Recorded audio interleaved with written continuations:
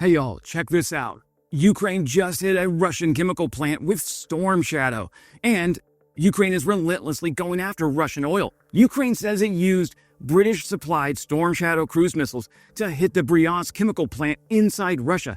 Kyiv called it a successful penetration of Russian air defenses, and they're still assessing the damage. Moscow has not commented about Bryansk, although it did what Moscow always does after getting kicked in the ass. It lobbed a heavy mix of drones and missiles back at Ukrainian cities. At least 6 civilians died, including 2 children. So, just so we're clear here, Ukraine strikes military targets in Russia. Russia strikes civilian infrastructure either because they're incompetent and their kill chain is busted, or because they're just assholes who don't care about human life in the same way we do in the West. Or it's a combination of both. Hey friends, Wes O'Donnell here, military veteran, Russian speaker, and your new favorite YouTuber. And here's the news. The Ukrainian General Staff says Storm Shadow got through and hit the Bryansk chemical plant. Kyiv describes the factory as part of Russia's war machine, a site that makes gunpowder, explosives, and rocket fuel components. In other words, a feedstock for artillery shells and missiles that are currently landing on Ukrainian schools and power stations. If the plant is damaged or temporarily offline, Russian industry loses throughput where it hurts. Hours after the strike, Russia pulled the usual lever, mass launches of Shaheds and cruise missiles. That blowback was coming whether Bryansk was hit or not, but it tells you something important. When Ukraine reaches into Russia, Moscow compensates with saturation. That is the rhythm of this war. Hit, counter-hit, keep the tempo. Now, this is a big deal, friends. Ukraine needs to impose costs on the Russian industrial base that fuels this long war. Civilian leadership in Kyiv has been telling allies for months, let us reach the things that make the things. Bryansk is one of those things. Now, hitting it creates friction. It forces Russian security to defend more sites inside Russia. It drags air defense batteries away from occupied Ukrainian territory, and it compels the Kremlin to spread engineering teams and spare parts thinner than they already are. That is how you win in attritional contest. You harass the factory floor while you parry on the front line. Now, there is a second-order effect here. Precision strikes on the supply chain create doubt in the Russian officer corps. If the powders and the propellants you rely on might be late next month, your plans change this month. Doubt is a weapon, and Ukraine just used it. Okay, let's meet Storm Shadow, the bunker whisperer. Storm Shadow, we've talked about before on this channel, along with Scalp in French service, is a low observable, long-range, air-launched cruise missile made by MBDA. It debuted in the 1990s and has been refined ever since. Ah, man, the 1990s. What a great decade. I started the 90s in middle school and into the 90s in the 101st Airborne Division, married with children. A lot can happen in a decade. So the missile weighs about 1,300 kilograms, flies around Mach 0.8, and carries a roughly 450 kilogram BROACH warhead that is famous for 2 tricks. First, a precursor charge to punch through soil or concrete. Second, the main charge that detonates after a programmable delay to pulverize the inside of hardened structures. Think command bunkers, depots, power nodes, ships in port, bridges, and yes, industrial plants that should probably have picked a less kinetic line of work. It flies a pre-planned route at low altitude guided by GPS and terrain mapping. Near the target, it climbs, jettisons the nose cone, uses an infrared seeker to match the target image stored in its memory, and then it dives for the aim point. If it can't match the image and the risk of collateral damage is too high, it can fly to a crash point, which is a polite way of saying the missile would rather ditch than guess. Take note, this is a very different way of doing things than the way the Russian military does it. That is a level of discipline not commonly found in cheaper munitions. Now, public ranges for the Storm Shadow vary by configuration, export rules, and what lawyer lets you print on a spec sheet.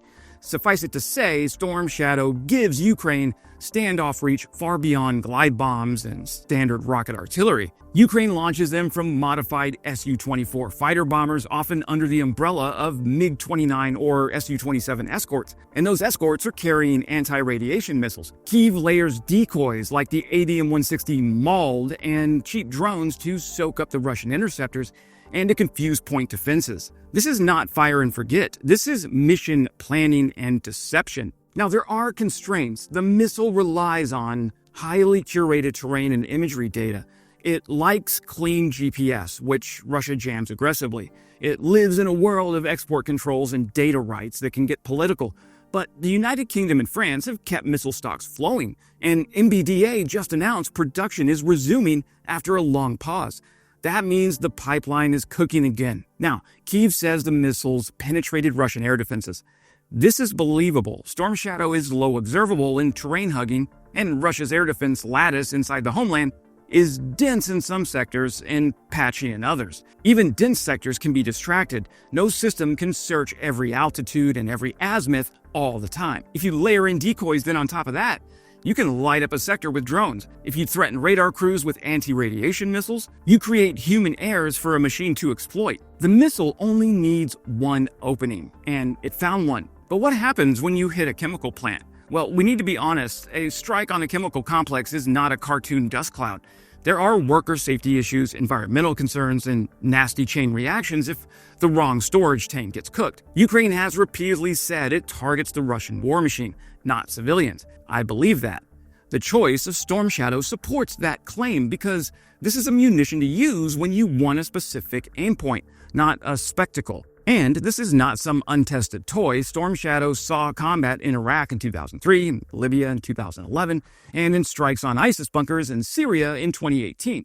Oh, and in multiple Ukrainian operations since 2023. It has hit bridges like Chongar, a submarine and a landing ship in Sevastopol, Black Sea Fleet facilities, and logistics depots in occupied territory. A 97% success rate was claimed in one campaign by the Italians, which is the kind of number you only brag about when the satellite photos back you up. In Ukraine, the missile's best friend has been good targeting. If you have good input data, the hardware does the rest. Now, I expect Russia to move more pantsirs and Tors to protect factories, to harden roofs with cages, to install decoy heat sources, and to posture S-300 and S-400 units closer to industrial hubs. And I expect Ukraine to respond with more decoys, better routes, odd timings, and new aim points. This is an invisible arms race, friends. Route planners versus radar operators. Deception cells versus analysts. Nobody wins forever, but every month that Ukraine hits a high-value node inside Russia